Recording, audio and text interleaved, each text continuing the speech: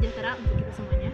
Perkenalkan, nama saya Dalini dengan NIM 22120004, jurusan Pendidikan Bahasa dan Sastra Indonesia, Fakultas Keguruan dan Ilmu Pendidikan Universitas Muhammadiyah Sumatera Barat. Baik, untuk video kali ini tentang mata kuliah Agama Islam dan Kemuhammadiyahan. Di sini saya akan membahas materi tentang wudhu. Nah, sebelum ke pembahasan, di sini saya punya 3 agenda nih, yaitu yang pertama, apa sih pengertian wudhu, dan yang kedua, apa hukum wudhu, lalu yang ketiga, rukun wudhu, dan yang terakhir yaitu keutamaan dari berwudhu. Dan semua agenda di atas akan kita bahas dalam video saya kali. Islam itu adalah agama yang suci, maka Islam sangat mementingkan sekali masalah kesucian. Sebagaimana manusia yang setiap hari pasti mensucikan dirinya dengan mandi ataupun dengan hal lainnya.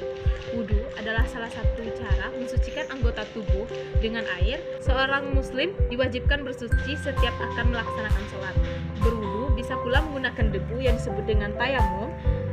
Sejarah persyariatan wudhu terdapat dalam Al-Quran Surah Al-Maidah ayat 6 yang bersamaan dengan perintah salat fardu, yaitu 6 bulan sebelum Nabi Muhammad hijrah ke Madinah.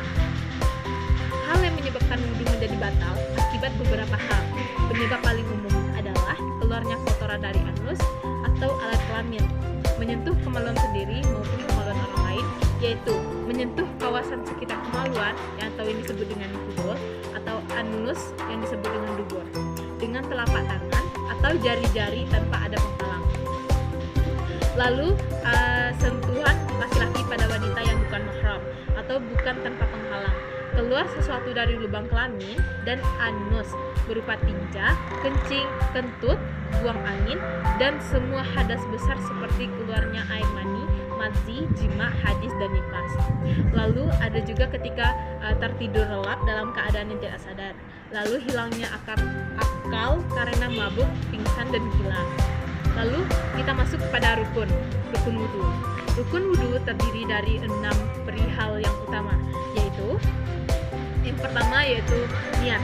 Adapun bacaan niat wudhu dibaca dalam hati yang berbunyi nawaitul wudu'a lirofil adasil asgori faradalillahi ta'ala, yang adapun artinya ialah aku berniat berwudhu untuk menghilangkan hadas kecil fardu karena Allah. Selanjutnya yaitu membasuh seluruh bagian wajah, meliputi bagian di antara telinga kiri dan telinga kanan, antara mulai dari tumbuhnya rambut di atas hingga dahi, hingga ke bawah dagu. Selanjutnya membasuh kedua tangan sampai ke bagian siku, lalu mengusap sebagian rambut kepala, lalu membasuh kedua kaki sampai kedua mata kaki. Dan jangan lupa yang paling penting yaitu tertib, yaitu teratur dengan mendahulukan yang mana yang harus didahulukan dan yang mana yang harus diakhirkan sesuai dengan syariat. Yang terakhir kita masuk kepada hukum dan keutamaan berwudhu. Ketika kita akan melaksanakan ibadah sholat, maka seluruh umat Islam memiliki kewajiban untuk berwudhu. Kegiatan berwudhu ini ternyata hanya ada dalam ibadah umat Islam saja loh, karena dalam agama lain tidak ada satu anjuran yang menyuruh umatnya untuk melakukan berwudhu atau kegiatan lain berbentuk bersuci ini. Dan tentunya ada sesuatu keutamaan tertentu dari agama Islam mengenai berwudhu. Bahkan kita umatnya dianjurkan untuk menyempurnakan wudhu. Dan memang benar dalam sebuah hadis yang diriwayatkan oleh Abu Hurairah yang menyebutkan tentang bagaimana nantinya kondisi umat Islam yang selalu berwudhu di hari kiamat kelak. Dalam riwayat Muslim, Nuaim mengatakan, aku melihat Abu Hurairah radhiyallahu anhu berwudhu. Lalu beliau mencuci wajah dan kedua telapak tangannya sampai pundak, lalu mencuci kedua kakinya hingga naik sampai betis.